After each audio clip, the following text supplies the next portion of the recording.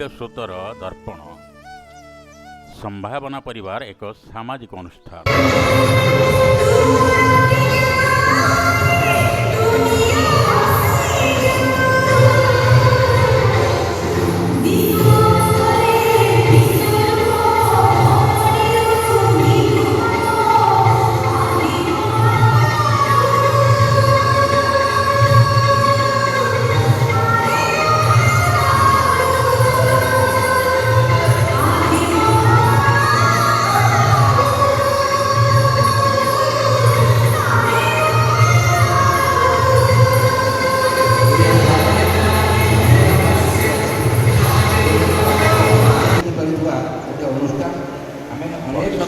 ସାମାଜିକ ଅନୁଷ୍ଠାନ ସମ୍ଭାବନା ପରିବାର ପକ୍ଷରୁ ବିଭିନ୍ନ ପ୍ରକାରର ଜନହିତକର କାର୍ଯ୍ୟକ୍ରମମାନ ଅନୁଷ୍ଠିତ ହେଉଥିବା ବେଳେ ବର୍ଷ ଆରମ୍ଭରୁ ସଡ଼କ ସୁରକ୍ଷା ସପ୍ତାହ, ବିଶ୍ୱ ତମାଖୁ ବର୍ଜନ ଦିବସ, ସର୍ବୋପରି ସମ୍ପ୍ରତି ବିଭିନ୍ନ ପ୍ରକାରର ଦିବସ ପାଳନ ହେଉଥିବା ବେଳେ ଚଳିତ ବର୍ଷ ନୂତନ ଭାବେ ମଇ ମାସ 16 ତାରିଖକୁ ଚୁଡ଼ାଘଷା ଦିବସ ଭାବରେ ପାଳନ କରୁଛି।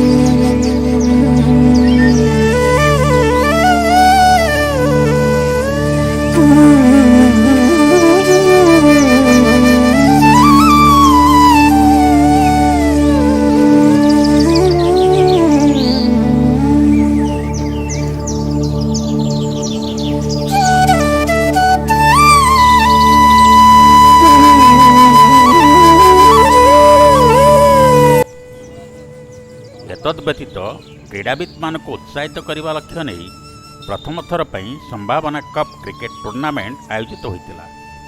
ବୃକ୍ଷରୋପଣ କାର୍ଯ୍ୟକ୍ରମକୁ ପ୍ରାଥମିକତା ଦେଇ କୋର୍ଟ ପରିସର, ବିଦ୍ୟାଳୟ ପରିସର, ଶ୍ମଶାନ ଇତ୍ୟାଦି ସ୍ଥାନରେ ଏହି ମହତ କାର୍ଯ୍ୟ ସଠିକ୍ ଭାବରେ କାର୍ଯ୍ୟକାରୀ କରାଯାଉଛି।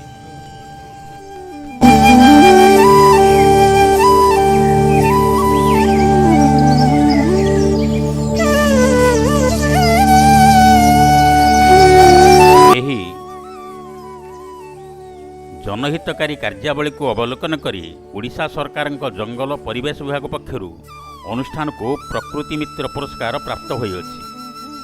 ସମ୍ଭାବ୍ୟ